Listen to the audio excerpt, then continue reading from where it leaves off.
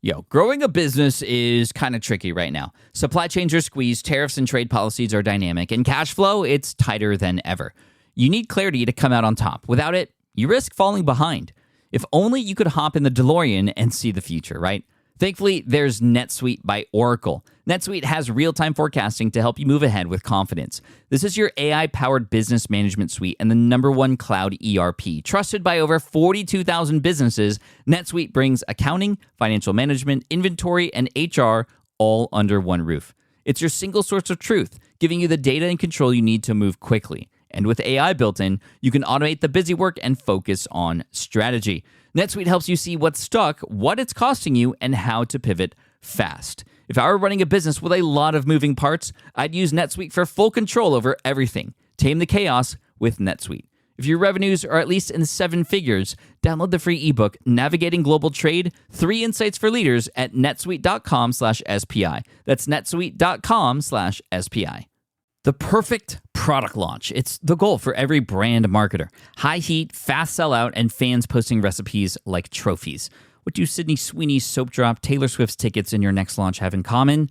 Well, they're not bought, they're bragged about. Fanfare turns your drop into a moment. Fanfare cues real fans, blocks bots, and builds launch experiences worth screenshotting. Want hype without the heartbreak?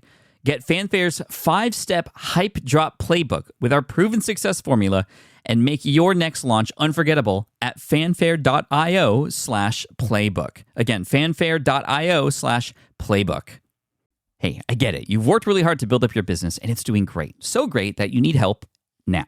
The most important thing for your business is to hire the right people to support it. So how can you find amazing candidates quickly? Easy. Just use Indeed. When it comes to hiring, Indeed is all you need. Stop struggling to get your job post seen on other job sites. Indeed Sponsored Jobs helps you stand out and hire fast. And with Sponsored Jobs, your post jumps to the top of the page for your relevant candidates, so you can reach the people you want faster. And it makes a huge difference. According to Indeed data, Sponsored Jobs posted directly on Indeed have 45% more applicants than non-sponsored jobs. And it's one of the largest databases of job seekers, too, giving business owners access to a wide range of candidates. And one of the things I love most about Indeed is the job alerts feature. I get notified when new candidates apply. There's no need to wait any longer. Speed up your hiring right now with Indeed. And listeners of this show will get $75 sponsored job credit to get your jobs more visibility at Indeed.com/smartpassive. Just go to Indeed.com/smartpassive right now and support our show by saying you heard about Indeed on this podcast. Indeed.com/smartpassive. Terms and conditions apply. Hiring Indeed is all you need.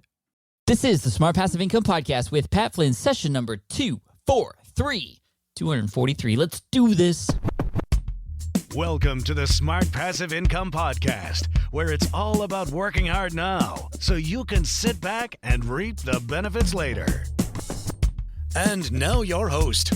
He wears t-shirts from startups almost every single day, Pat Flynn.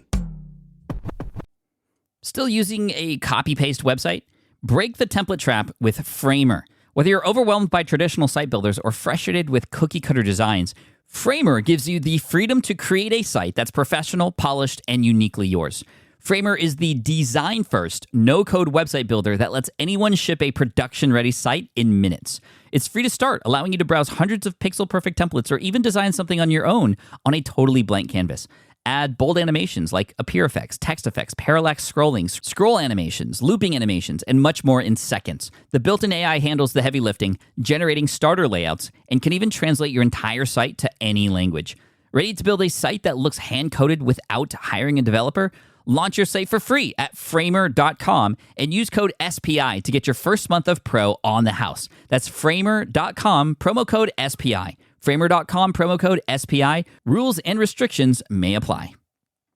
Running a business means legal questions are inevitable. Is this contract or agreement solid? What can I do if a client won't pay me? Am I set up properly for taxes? Well, rather than trying to navigate all of this on your own or searching endlessly online, imagine having a law firm on your side without the high hourly rates. That's exactly what Legal Shield's small business plans offer. With Legal Shield, entrepreneurs get access to real legal support, contract reviews, collection letters, guidance on business formation, and even help handling IRS audits. Members can book consultations, upload documents through the app, and work with a provider law firm that understands small business laws in your state. You also get proactive help on tax and trademark questions so you can stay ahead of legal risks. And if a client delays payment, Legal Shield can send professional collection letters to help you recover what you're owed, all for a fraction of what traditional attorneys charge. Go to LegalShield.com/SPI or call 833-570-9980 to learn more and get big business legal support without a big business budget. That's LegalShield.com/SPI. Hey, what's up, everybody? Thank you so much for joining me today in this session of the Smart Passive Income Podcast. So happy you're here with me and my special guest, Michael Hyatt from MichaelHyatt.com. He's been somebody who has been a major inspiration for me over the last couple of years. Back in episode 163, I chatted with him about building a team and leadership, because that was right around the time back in mid-2015 where I was really getting focused on building a team. And it was because of him, actually. He was the reason why I knew building a team would be incredibly beneficial for myself and for Smart Passive Income. And since then, I've been building my team and building bigger and better things to serve you, the SPI audience. And it's been awesome. A lot of great things happened this year, from the redesign of the website to Will It Fly came out, became a Wall Street Journal bestseller, to the brand new relaunch of the Smart Podcast Player and its brand new look, and so many other things that have happened. And a lot of that happened not just because of my team, but because of the goals that we set and how we achieve them, which is what I wanted to talk about with you in this episode today with Michael, and that is goal setting. He actually has a course it's a pretty famous course that has come out the last 3 years in a row around this time of year. It's called 5 Days to Your Best Year Ever. It's a course that I'm actually taking myself this year because I need to get even more help with my goal setting, getting super focused, getting that accountability and all the right things into place to make sure that I follow through on these big items that I have coming up in 2017. And I want you to do the same thing. So whether you take this course or not, we'll share a link for you at the end on how to get it. Just this episode is going to be so much gold information for you, from how to set the right goals to how to follow through and achieve them, to how to even understand whether or not you should change your goals. That's actually one of the biggest questions I get. Pat, how do I know when to keep going with something or stop and move somewhere else? And it's one of the best frameworks I've ever heard on how to approach that question, delivered by Michael in this episode. So we're going to get right into it. So this is Michael Hyatt from MichaelHyatt.com and founder of the 5 Days to Your Best Year Ever course, which, fun fact, is actually one of the shortest courses I've ever taken in terms of the length of videos and the content.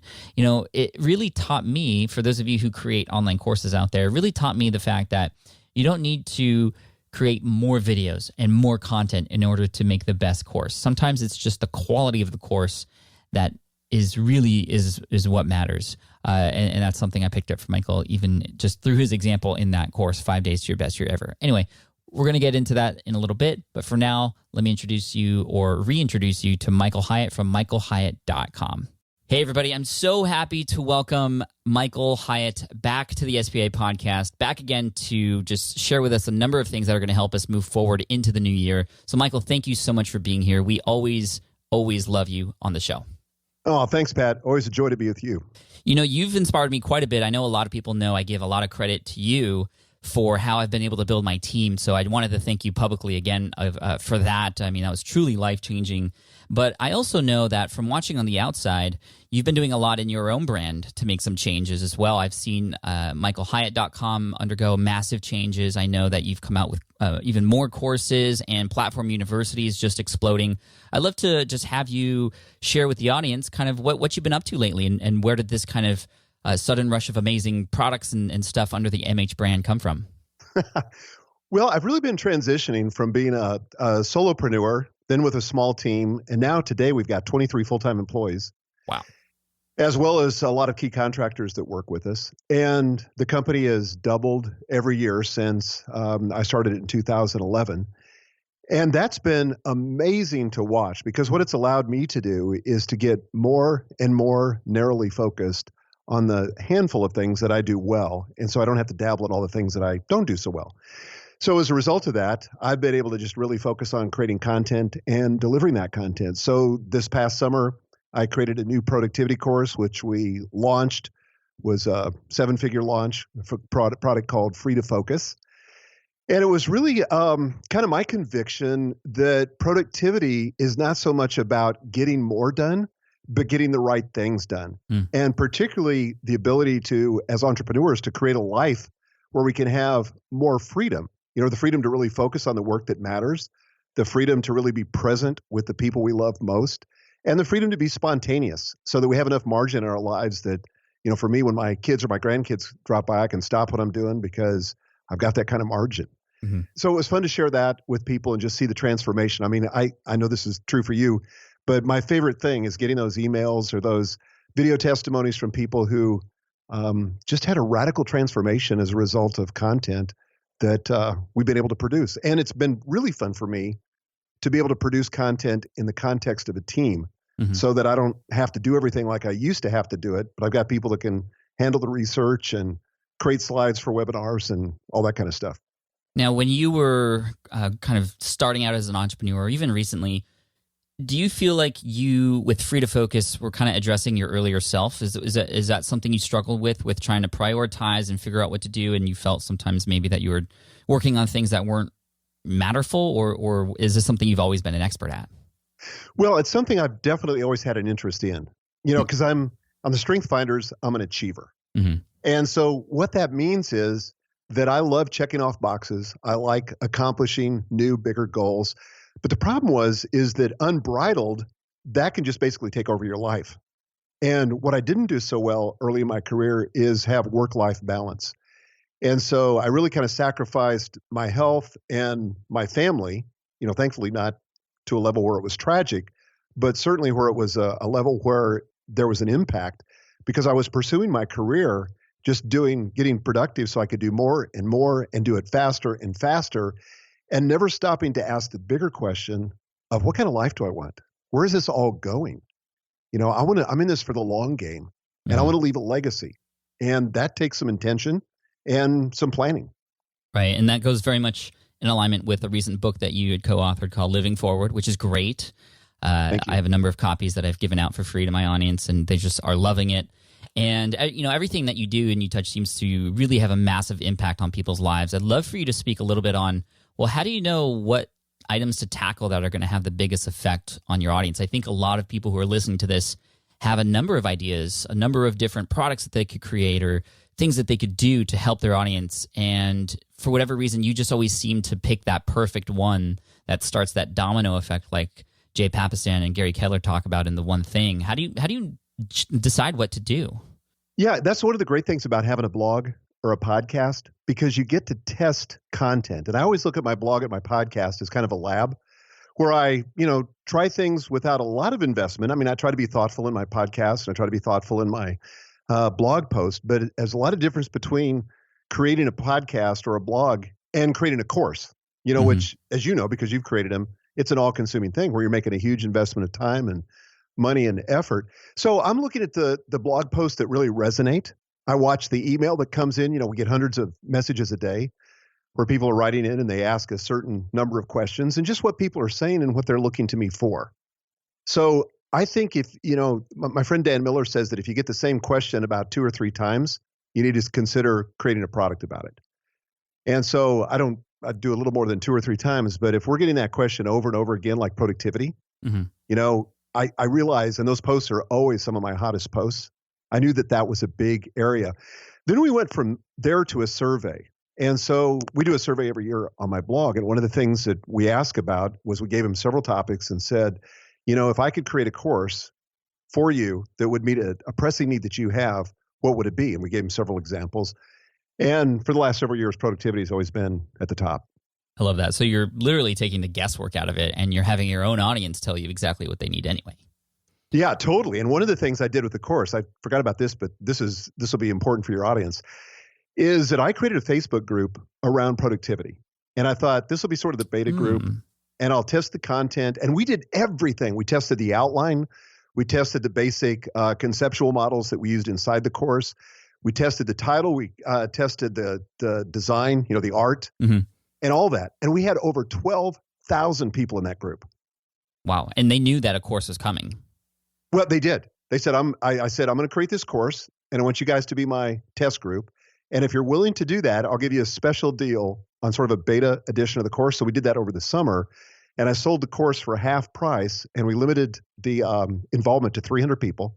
And what we wanted was their feedback. And so then we created another Facebook group where those people were able to give us very specific feedback. And then we recreated the course in August and then relaunched it in September. And that's when it went big time.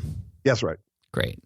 Did you have any issues with using Facebook to kind of command and allow the discussions to happen the way you wanted them to, or was that kind of good enough for what you needed at the time?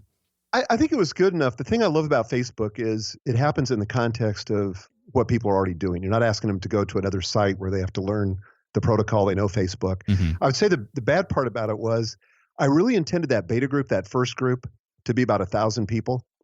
And I didn't know the difference between a private Facebook group and a secret Facebook group. And so anybody that was searching for productivity, that group would come up, and we had all kinds of people joining it. And so I think I would limit it a little bit more because we got people that really weren't part of the demographic that were in there, that weren't willing to pay what I eventually charged for the course. So I believe, and correct me if I'm wrong, private means people know that group exists, but they can't get access to it unless somebody were to kind of get invited or get accepted into it. Versus That's right. A secret one, which even if people search for it, it's kind of hidden, right? Yeah, that's the difference. Okay. With the secret one, they can't search for it and find it. Okay, great. And for something like a beta group for or founding members for an upcoming course, I feel like, and I'm guessing this is what you mean, the secret group would be the way to go. It would be the way to go because one of the things that we did when I posted about that at my blog is I had them go do a survey, monkey survey. Mm-hmm. And one of the things that we tested for is we said, look, or one of the questions we asked was, would you be willing, if you were convinced that this program could save you 10 to 20 hours a week, would you be willing to pay $500 or more? And so the people that said no, then they weren't in the market. People that said yes were in the market. But once it got into Facebook search, then anybody could do it.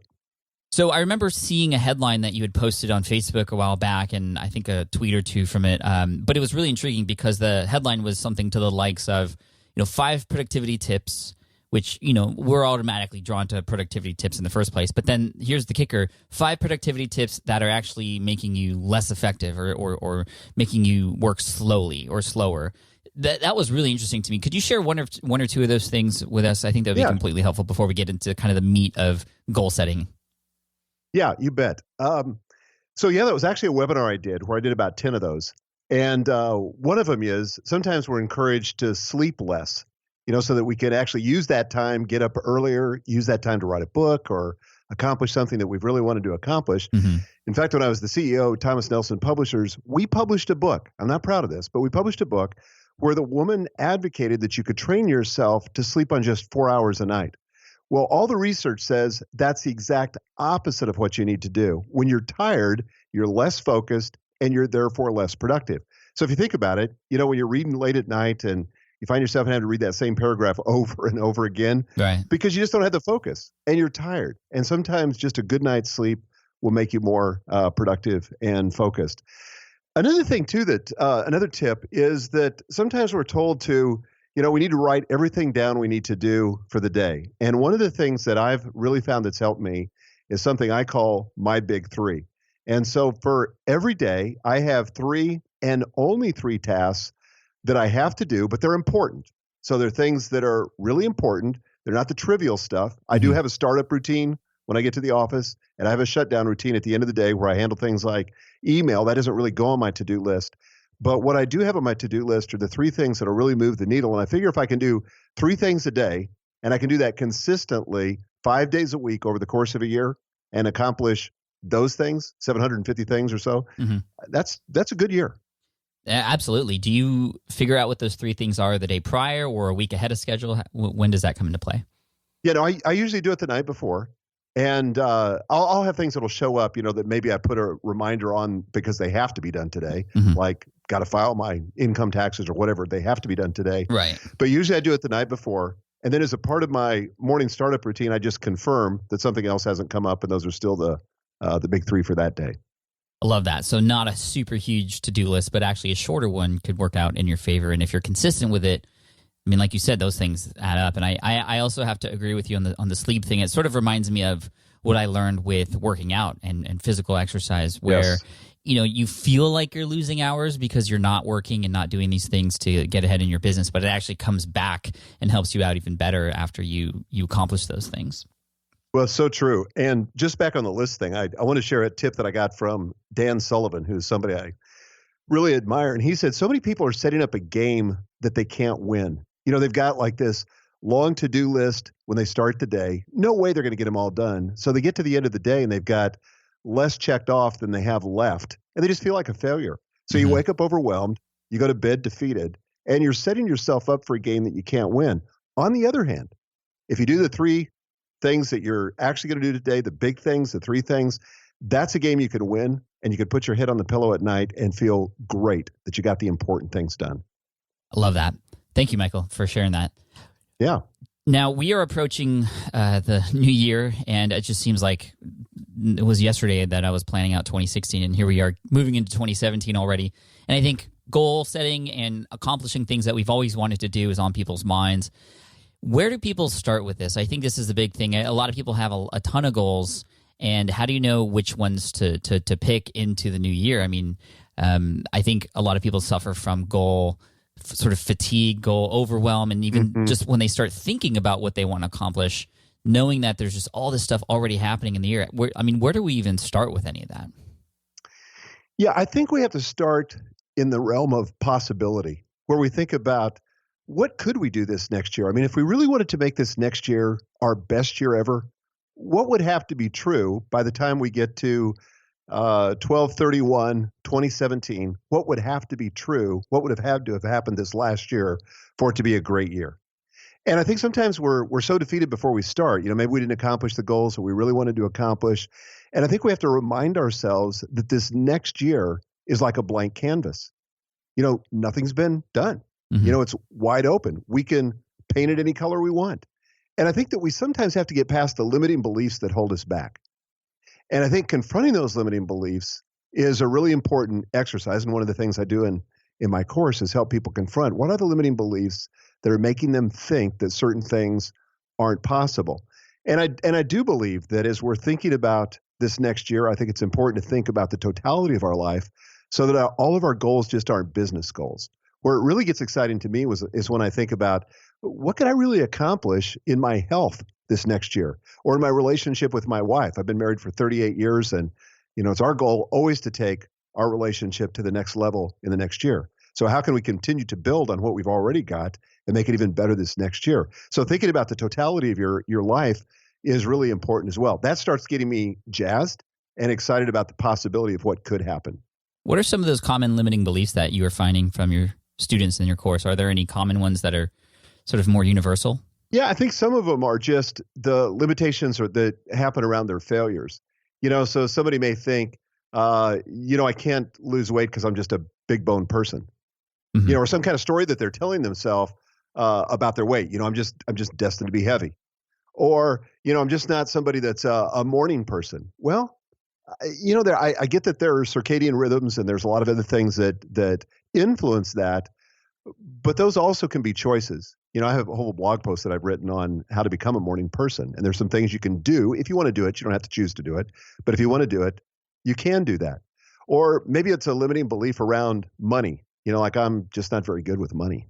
I've never been able to accumulate it, or I can't seem to make any more, or I'm stuck in my career.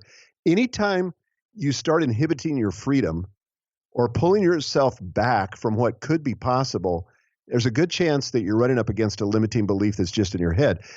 And I'll tell you a story. I used to have this dog. His name was Nelson. And we put an invisible fence in our yard because we have now a real fence, but at that point we didn't have a real fence. And I didn't want him to run out into the street and get killed because we live in a very busy downtown neighborhood.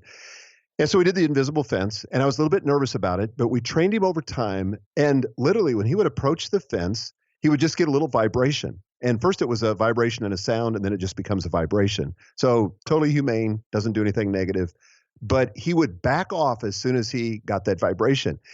It got so intense, and he was so well trained that I would have my grandkids stand on the other side of the invisible fence and try to call to him with treats, and he still wouldn't come. Now, here's the question. Where was the fence? Because we turned off the invisible fence and he still wouldn't come across. Where was the barrier? It was in his head. Mm-hmm.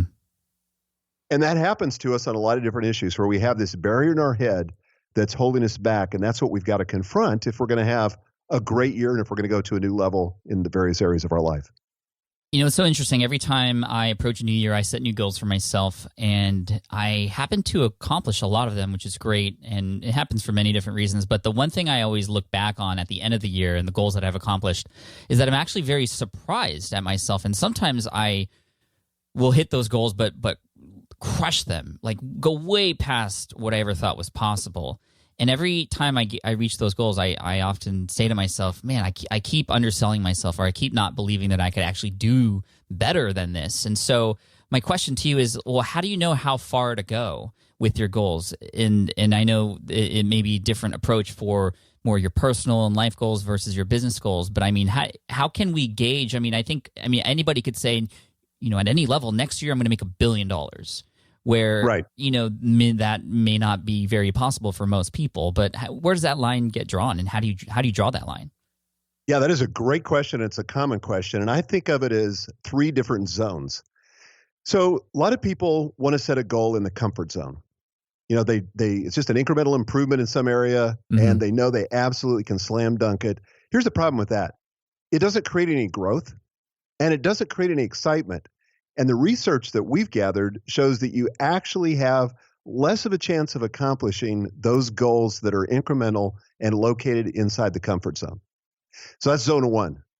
Zone two is the discomfort zone.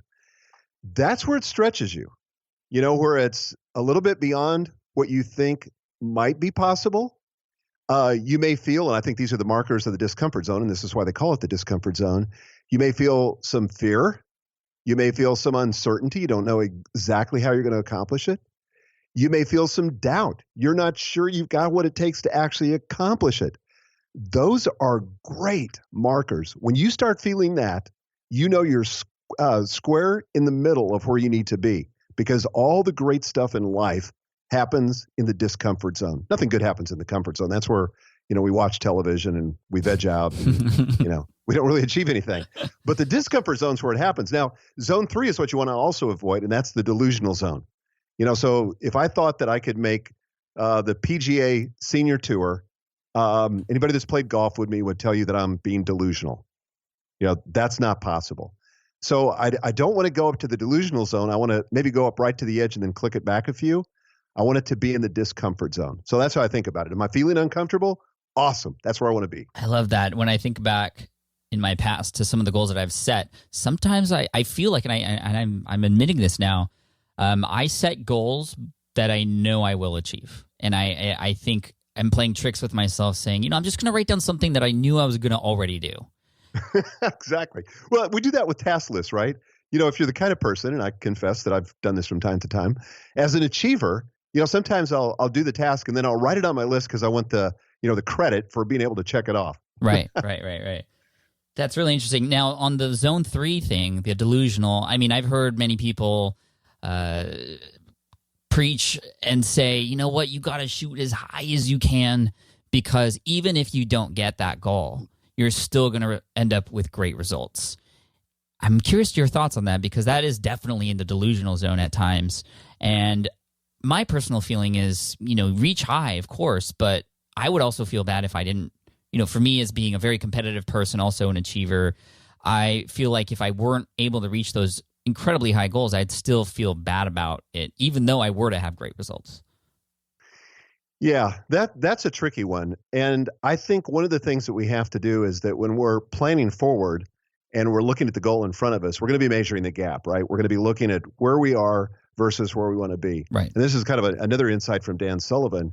And he says that once we get to the goal, whatever's happened, we need to not measure the gap, which is people that are sometimes perfectionists or achievers, they'll measure the gap. They'll say, well, I said I wanted to earn $1 million, but I only earned $950,000. And they'll beat themselves up because they came short of the goal. Right. But so what Dan says, and what I think is right, is measure the gain. Look backwards and say, okay, but where was I last year? And now I'm going to rejoice in what happened in this last year and not beat myself up for what I didn't hit. And I'll give you a good case in point. So my most recent book is a book called, as you refer to, Living Forward. Mm-hmm. My goal is, my number one goal for 2016 was put Living Forward on the New York Times bestseller list by March 31st, 2016. So I've had two books that hit the New York Times bestseller list, so I knew it wasn't impossible. I didn't think it was delusional, but I also know it takes a lot of work, and that was a big goal, and it's more competitive than ever. So got my team together. We put together, I thought, a great launch plan. We worked hard.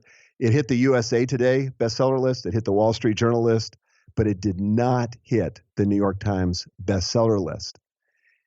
And so the question is, does that mean that goal setting just doesn't work? You set a goal, you worked hard, you didn't achieve it, do you just throw up your hands? No, because here's why.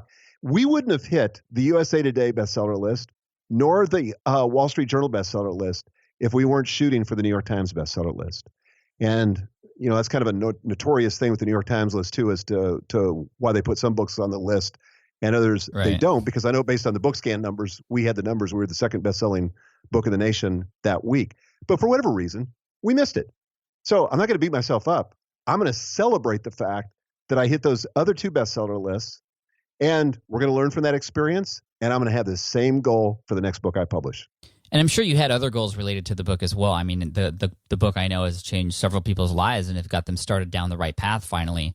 And that obviously is something that the book is doing that I think most people would agree is more important than the New York Times bestseller list. Oh, it so is, Pat, and thanks for mentioning that, because the truth is the only reason I want to hit the New York Times list or any bestseller list is to give the book more visibility so that more people are exposed and more people have the possibility of transformation. But at the end of the day, that's exactly what I'm after is people that take what they learn, apply it, and experience a transformation. Right. So when it comes to things like that, where there's sort of a meter of whether or not your book is going as far as it should, or things like that, you should also remember the why behind why you're doing it in the first place. Totally. I think that should always take the primary concern. Now, I'd love for you to share a recent, besides the book, is there, and I know you've done a lot over the past year, like I mentioned earlier, so I'm sure there's one example you could pull out, but could you share a recent example of a goal that you set, how far in advance you set it, and what you did to, work toward that? Yeah, I'm kind of torn here because there's a couple of them, but let me give you one that was my third goal for 2016, which was to create and launch my new productivity course by September the 1st, 2016. So that was the Free to Focus course. Mm-hmm. We didn't know that was the name at the time when I set this, but I set this goal back in December when I was finalizing my goal setting for 2016. So this would have been December 2015. So I began to think about what that's going to take. And so actually the previous summer, I had compiled all the blog posts and podcasts that I'd ever done on productivity so that at least we sort of had an archive or an encyclopedia of all the content that was already available. We may need to be reformatted or restructured, but we have that. Mm-hmm. And then where it went from there is that I went through with my content team several outlines of that course. And this is really kind of my unique contribution, is getting the structure and the frameworks and all that. And so then when I was in New York one day with my chief content officer, Joel Miller, we got a hotel that we booked for a day, and we just got a whiteboard up and we just outlined the thing, all the details. And so then we came back and then we started putting all the content that we had, figured out where the holes were, started doing the research. So it was really getting the content done first. Meanwhile, as it begins to take shape, and the marketing team begins to see the messaging and what some of the key features are, they start working on things like the sales page and what the launch videos were going to look like and all the rest. Mm-hmm. So, for me, it starts as an individual. I'm thinking through it and what my contribution is going to be. But I think if your dream doesn't require a team, it's not big enough. And so I like involving a team. I like doing things with a team. And certainly there's a part of it that I can only do in the privacy of my own office where I'm working on it. But I love working on a team because without that team, the course wouldn't have turned out as well as it did and been as successful as it was. Well, I'm sure there's a level of accountability too, having other people involved where, the work that you do, you don't want to fall behind because you don't want to let other people down. They're relying on you to get certain things done by a certain time. I know I feel that when I work with my team on different projects, and them too, they're going to want to make sure that they live up to their end and of the deal too. And so I'm curious, beyond the team, are there any other things that a person can do to, increase the likelihood that they're really going to follow through on those goals, whether it's accountability or any other strategies? Yeah, I'm a big believer in bringing in outside resources. People don't do this. They struggle with problems for years, a marriage that they don't enjoy, or parenting problems that they're struggling with, or weight loss or strength training or any of that. And I'll just give another example from my own life. For several years, I had strength training as a goal. I was very specific about what I wanted to do, and it was more of a habit goal, where how many times I wanted to do strength training. Mm-hmm. And I've always done a pretty good job on the cardio and really maintaining my weight, but I could see as I was getting older that I was going to be losing my strength and muscle mass and all that, which is important the older you get. So I got so frustrated with this that I was talking to a friend of mine who's a psychologist, and I said, I've had this on my goal list now for a couple years, and I just never seem to get to it. And I'm just like, I know better. I teach this stuff. And he said to me, you need to bring in an outside resource. I said, well, what do you mean? He said, why don't you hire a trainer? I'm like, duh. I mean, it's like one of those, moments where I slapped myself on the head, and I went, yeah, why not? So I hired a trainer. That was 3 years ago, and I train with him 3 days a week, every week, and I'm stronger than I've ever been in my life. But that required bringing in an outside resource. Now, why did I wait so long? I don't know. It wouldn't have to be a trainer. I mean, there's probably people listening to this that can't imagine hiring a trainer, but it could be a workout buddy. Like the guys that are in my mastermind are in this whole thing where they're keeping each other accountable to do a certain number of push-ups every day. They're doing 100 push-ups every day. And you could bring in the accountability partner for whatever it is. It may be a counselor, it may be somebody that you could barter with, but don't feel like you've got to just rely on your own ingenuity, creativity, or motivation. Have somebody else. I love that. A lot of people who are listening to this, they have an audience, they have a following on social media. Would you recommend asking an audience to help hold them accountable, or sharing your goals? I know there's kind of two sides to this. Sometimes there's the, you get the accountability aspect, which is what I feel when I share a goal with my audience. I really want to make sure I do it just to prove to them that I can. And, I know I'm going to get sort of flack for it if I don't. But also, I think it was Derek Sivers who had mentioned that sometimes when we say our goals to other people, subconsciously it makes us feel like we're kind of already achieving that goal when really we're far from it. And so I'm curious to know, how would one utilize their existing audience to help them achieve their goals too? Yeah, well, I remember one time when I ran my first half marathon, I went public with it. And I said, guys, I'm going to do this. I've never run a half marathon. In fact, I'm not working out that consistently. That was about 15 years ago. Mm-hmm. And I said, but I'm going to do this. And it actually worked for me. But then I watched that TED Talk from Derek Sivers where he talks about that very thing. And of course, he says you should never share them basically with anybody, because you get the psychological benefit that your brain thinks you've actually accomplished it, and you kind of take your foot off the gas. Right. I actually think that what works best, and all the research that I've seen on this, is selective sharing is the key. So in other words, if you share your goals selectively with people that are willing to hold you accountable, help remind you of why when you get into the messy middle and forget your why, and people that are just to talk straight to you, but basically encourage you, because not everybody will do that. There's some people that you'd share your goal with that'll kind of poo-poo it. Might be somebody in your family that just doesn't take it seriously, and they're going to pull you back. They're going to discourage you. So selective sharing is what I believe in practice. I think that makes complete sense, because when you share it with your audience, they're not there to help you all the time, and they're not necessarily having you at top of mind all the time. But if you're working with a few people who know you're trying to get to this goal, and maybe you slack a little bit, they're going to come back to you and say, hey, what happened to this? Where were you when you said you were going to do that? And to me, that's going to be very, very motivating, because you selected those people for a reason. They're not just going to be random people, but people that are, meaningful in your life, who will, their word is going to mean a lot more to you. Well, I know you've been in masterminds, and I have a paid mastermind with guys that are in it. And one of the biggest benefits, one of the best things that they get out of it, is they're every month stating what their goals are for the next month to each other, and only each other, but holding each other accountable. And I just facilitate the group, and sometimes they're really tough with each other. Other times they're just really encouraging and let's not beat ourselves up, but let's get back in the game. But there's just a wonderful thing that happens when you have a small group of people that love you and are committed to you and want you to help realize your best version of yourself. Mm-hmm. One thing I recently learned in all the mastermind groups that I'm in is that people respond to others in different ways. And for me, for example, I respond very well to positive feedback. And if I'm not doing something I'm supposed to, I enjoy positive encouragement.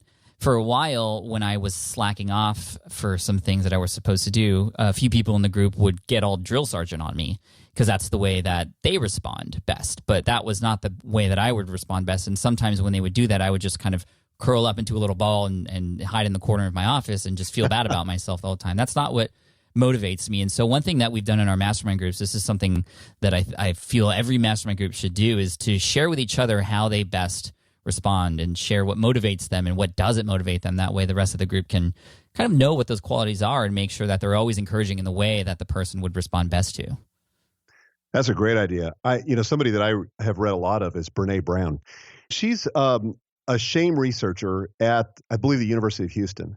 And of course, she's a big mega best-selling author, and she talks a lot about shame. And she's a fascinating storyteller. But one of the things that she's come up with in her research is that whenever people feel shamed, it shuts them down and actually manifests more of the wrong kind of behavior. So I don't even mind the drill sergeant thing as long as it doesn't turn into shame, because then it kind of cuts to your identity. And so much of our behavior flows out of our identity. And this is one trick also, a hack in goal setting. So for example, let's say you're trying to get consistent as a runner. Well, you may tell yourself, well, I'm just not a runner. Well, if you reinforce that identity, it's going to manifest itself in your behavior and you're not going to be a runner. Totally. But if you start saying to yourself, you know what, I'm a runner. Well, guess what? What do runners do? They run. So deal with it at the level of your identity and be very careful about the self-talk that you're using, what you're saying to yourself. Same thing happens with blogging or podcasting. I mean, sometimes you can feel like you're an imposter when you begin, but to say to yourself, I'm a blogger, or I'm an author, or I'm a public speaker, or whatever it is, reaffirm what it is that you want to become, because your behavior is going to flow out of that. Yeah, own it, everybody. It reminds me of our good friend Jeff Goins, who, when he was starting in his journey as a writer, he was struggling quite a bit until he started to write down to himself, I am a writer, I am a writer, I am a writer. And now he's an amazing author with several books and a huge tribe of writers. Yeah, I love that example. I've interviewed Jeff on the very topic, and everything shifted for him when he owned that. Yeah, absolutely. Identity is huge. The last thing I want to talk about before I let you go, Mike, and again, thank you so much for your time here today and all the wisdom that you're sharing. And this is something that I asked you a previous time you were on the show, but I think it's something that always comes up, and that is when it comes to goal setting or these things that we're working on, sometimes we have in our head another idea that comes up, or a different goal, or maybe the thing we've been working on just doesn't feel right anymore. We don't see the results that we were expecting right away, and we often want to change course. Do you have a litmus test or some sort of strategy to help people figure out, well, when's the right time to shift to a new direction versus continue on the one that you're on? Yeah, I basically run that goal. And this usually happens in the middle of the year, right? When you kind of lose focus and you feel like you're running out of runway and you're not sure you can pull it off. But I run it through this litmus test, and I call it the 3 R's. So the first thing I say is, can I recommit? Maybe I've just lost touch with my why. And that's one of the reasons why in my goal setting course, we spend a lot of time on what are your key motivations? What is at stake if you achieve this? And what is at stake if you don't achieve this? So to recommit to the goal by reconnecting with my why. If I can do that, that's what I'm going to do. Sometimes, though, you have to revise the goal. Maybe you had a change in your life circumstances. You got a different job, or you lost your job, or you went out and started a company, or something could happen, or you had a new baby. Something that would happen that would change the circumstances. And so, therefore, it's important to revise the goal. You don't have to completely delete it, but you can revise it and make it more, I hate to use the word realistic, but make it more appropriate for the season of life you find yourself in now. Because when we, start at the beginning of the year or before the year begins, we're kind of seeing everything. It's a little foggy. We're not quite sure. But as we move through the year, we get more clarity, and some things may need revision. The third R, though, is just to remove it. I mean, this is your game. It's not like you're going to get to the end of the year and somebody's going to, the goal police are going to come and say, okay, buddy, how many did you achieve out of what you set out to do? So if something's really no longer relevant, or if it's defeating you every time by just looking at it, get rid of it. Get something on your goal that on your goal list that'll really motivate you. I was talking again to one of the guys in my mastermind the other day who said he just declared, I've taught before, email bankruptcy. I've done that. And he said, I declared goal bankruptcy. And he said, I just flushed all my goals and started over. And for these last 2 months of the year, I've got goals that I am so pumped about. And sometimes that's necessary. So those are and that's kind of the order I would do. Revise if you can, or excuse me, recommit if you can, revise if you can't. And then if neither one of those two work, then just remove it. I love that structure. Does that help? Yeah. Oh, absolutely. That makes it very clear, even for me, who deals with a lot of this stuff every single day, actually. And I could still imagine people saying, I've worked so hard on this, and I've spent months kind of working on this. It's hard for me to let it go because I feel like, and this is similar to when I had gotten laid off. I'd gotten laid off from the architecture world. Went to school for 5 years, worked in that field for 3 years. That was 8 years that I spent and dedicated to architecture. And when I had the chance to become an entrepreneur, I eventually finally made the plunge and started to do it and really commit to it. But at first I was like, well, I can't let go of the 8 years that I had spent in school. And, that's what I thought I was going to do. Do you have any tips for somebody who's making, who has that kind of conflict in their head related to, what they have been doing this whole time and that time and effort that they've invested into that versus maybe a brand new path where what they had done is actually not going to matter anymore? Well, the truth is it's a sunk cost, right? You made the investment. And the worst thing you can do with a sunk cost is continue to pour good money or good energy after bad. And so you're much better off in those situations to just kind of cut your losses and move on to something else where you can really apply yourself and have a much better chance of achieving it. So it does take some mental discipline. I'm kind of that way too. It's easy for me to want to hold on to things and hold on too long. But I think one of the benefits of age, frankly, the older you get, you realize everything in life's a trade-off. And if you're going to take on new opportunities, if you're really going to move the needle in your business, if you're going to move it in your personal life, a lot of times ending things is as important as beginning things. And I'll tell you a great book on this topic is a book by Henry Cloud, and it's called Necessary Endings. Have you read that? No, but that's one of those books that, it was kind of like essentialism, and the one thing it's kind of been being tossed around the entrepreneurial space. That's another one that I keep hearing about. So it will be on my book list for sure. You should have Henry on your show. He's a great interview. Oh, that'd be great. And what's the title again? Necessary Endings. Brilliant book. I've read it several times. Man, Mike, this has been fantastic. Thank you again so much for coming on. I'd love to ask you really quick why everybody should pick up your course or who is it for? I mean, I've gone through the course myself. bestyearever.me/SPI is going to be the link for you. And one of the interesting things about this course is that it's not very long. Sometimes when we are hearing about creating online courses, we want to pack as many videos and worksheets and all this stuff in there because we feel like the more things that are in there, the more you could charge, the more value that people are going to get out of it. And I don't know how many videos you have in this upcoming round here, but it's very few. And yeah, just 5. Just 5. Yeah, on paper you're like, what? You have 5 videos? But it's exactly the content you need if this is something you absolutely need help with, and it's no more, no less. And that's what I love about it. It's like you can just get the content, really get into that right mindset, get what you need, and then you could start to focus on these goals. So thank you for giving us a good example of what a great course is, that it's not necessarily about just how many videos there are. I'm learning from you here, and in my own courses, I'm adopting the same strategies, really give everybody what they need to get those results quicker. But who is it for, and why should people pick it up? Yeah, I think it's for anybody that is really committed to personal growth, who is committed to excellence, and not just in one area of their life, but they really want to have it all. They want to have their best year ever.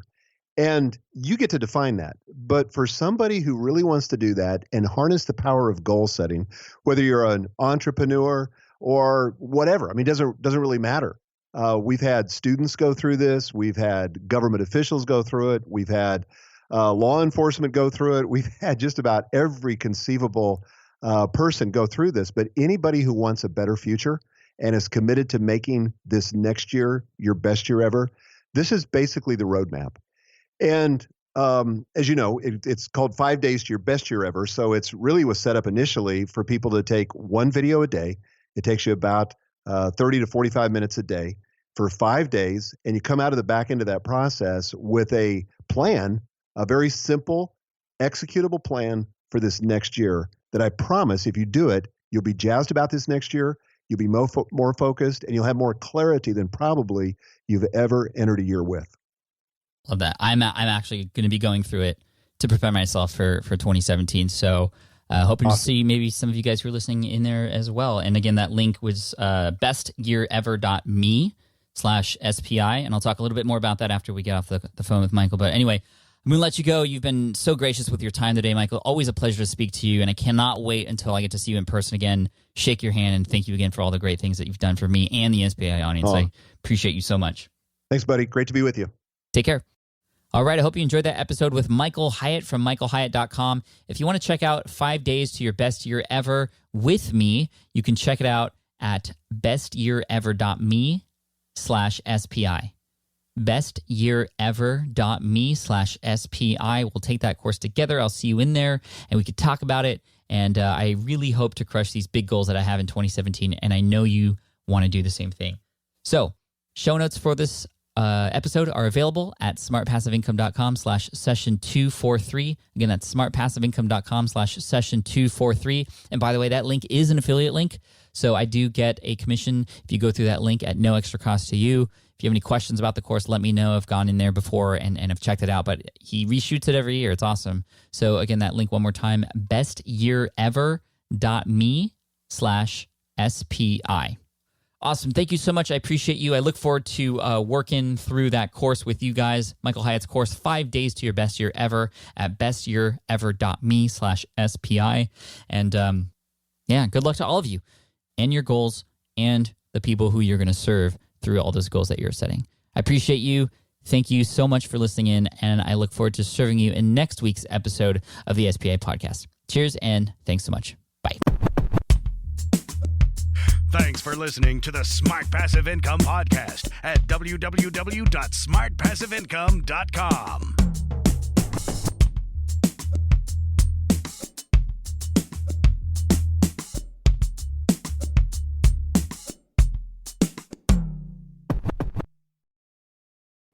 Hey there, quick pause here because I have to tell you about a tool that completely transforms the podcasting workflow, Riverside. I get it. I used to juggle multiple platforms just to record one podcast episode. It was exhausting. Zoom for recording, Audacity for editing, and then a bunch of different apps just to create clips and social posts. I've tried other ones as well. They were okay, but they were clunky and super time-consuming. That's where Riverside has massively helped. I can do it all in one place, recording, editing, repurposing, one platform, one streamlined flow. I just log in, record with my guests no matter where they are in the world, and just like that, studio-quality audio and high-resolution video all in one. And get this, even if your Wi-Fi glitches, Riverside records locally on your device so everything sounds and looks crystal clear. But here's my favorite feature, Riverside's AI editing tool. You can remove silences and filler words with just one click, hours saved. With Magic Clips, Riverside also automatically finds the best moments and turns them into ready-to-post videos for YouTube Shorts, TikTok, Instagram, all without the extra editing. So if you're looking to level up your production quality and simplify your workflow, go to smartpassiveincome.com/Riverside and use code SMART to get 1 month free on the Pro plan. That's smartpassiveincome.com/Riverside, promo code SMART. It's built by creators for creators, and I think you're going to love it. Have you dreamt about being your own boss, but still haven't made the first steps to making that dream a reality? Well, I get that. Starting a business can feel super overwhelming with legal forms, paperwork, finances. It's a lot. And that's why I'm excited to tell you about Taylor Brands. Taylor is a complete business builder designed to make launching your business simple and stress-free. You can register your LLC in just minutes, keeping your personal assets and the business assets separate from day one. From there, you get access to everything you need to get off the ground. Legal documents, licenses and permits, invoicing and bookkeeping tools, and even a 100-day business coaching program, all designed to help you hit the ground running. You'll also get a free, personalized business plan, branding tools, and so much more. And of course, listeners of this show get an exclusive 35% discount to get started. All you have to do is head to taylorbrands.com/SPI. That's TAILORBRANDS.com/SPI. Stop dreaming, start building with Taylor Brands.